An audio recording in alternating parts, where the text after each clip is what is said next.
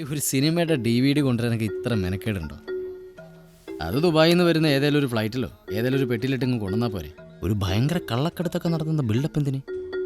പാർട്ടിക്ക് പേടി. അവരത് പറഞ്ഞപ്പോണ്ണ എനിക്കും ഒരു പേടി. ഒന്നും സംഭവിക്കുകയല്ല, എന്നാലും ഒരു കരുതൽ.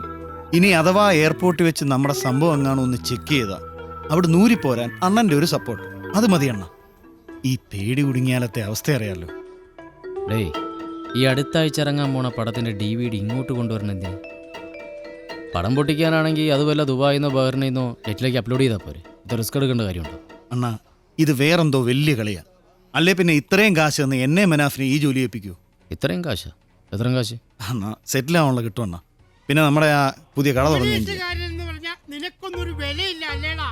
രഹസ്യങ്ങളുടെ കൂമ്പാരമാണ് ഈ നെഞ്ചും കൂട്. തരുൺ സിംഗ് ആണ് വരണത്.